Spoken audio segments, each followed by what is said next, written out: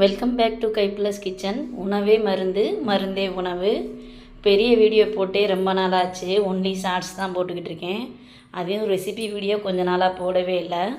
இன்றைக்கி sugar patient, cholesterol பேஷண்ட்டுக்கெலாம் ரொம்ப உடம்புக்கு நல்லதான ஒரு சட்னி தான் பார்க்க போகிறோம். பீர்க்கங்காய் சட்னி. இதுக்கு தேவையான பொருட்கள் பீர்க்கங்காய் 1/4 கிலோ, கொஞ்சமாக தேங்காய், ஒரே ஒரு தக்காளி எடுத்திருக்கேன். தக்காளி வேணான்னு நினைக்கிறவங்க புளி சேர்த்துக்கலாம். புளி வேணான்னு நினைக்கிறவங்க 2 தக்காளியாக சேர்த்துக்கோங்க. ஒரு 7-8 காஞ்ச மிளகா, 1 டீஸ்பூன் தனியா, 3 பூண்டு, 1/2 டீஸ்பூன் அளவு கல்லுப்பு, கொஞ்சமாக சின்ன நெல்லிக்காய் அளவு புளி, இதெல்லாம் எடுத்து வச்சுக்கலாம். அடுத்ததாக 2 டேபிள் ஸ்பூன் அளவு வெள்ளை உளுந்து. இப்போ பேனில் நல்லெண்ணெய் விட்டுருக்கோம்.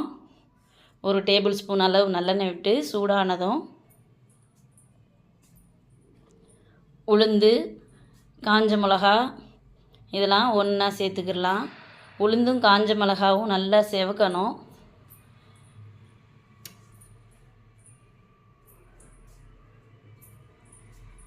செவந்த பிறகு தனியா சேர்த்துக்கிடலாம். தனியா ஏன் சேர்க்குறோன்னா, அந்த பீர்க்கங்காயில் ஒரு ரா ஸ்மெல் வரும். அதெல்லாம் போகிறக்காண்டியும் குளிர்ச்சிக்காண்டி தான் தனியாக சேர்க்குறோம். பூண்டு சேர்த்துட்டு பீர்க்கங்காய், தக்காளி, தேங்காய் 3ஐயும் ஒரே நேரத்தில் சேர்த்துக்கலாம். இதில் எடுத்து வச்சுருக்க கல் உப்பை சேர்த்து நல்லா வதக்கி விட்டுக்குறோங்க.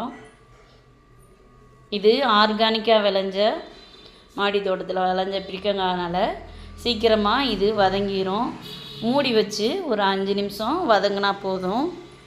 பாருங்கள், இப்போ பீர்க்கங்காய் சூப்பராக வதங்கிருச்சு. நீங்கள் கடையில் வாங்குறதா இருந்தால் கூட கொஞ்சம் நேரம் வதக்கி விட்டு அரைக்கணும். அப்போ தான் டேஸ்ட் நல்லாயிருக்கும்.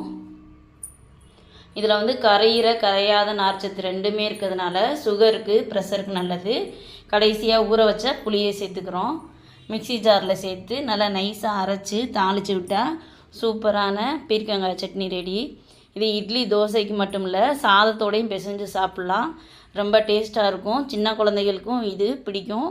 சின்ன குழந்தைகளுக்கு செய்யும்போது நீங்கள் காரத்தை மட்டும் கொஞ்சம் கம்மியாக சேர்த்துக்கோங்க. தேங்க்யூ ஃபார் வாட்சிங்.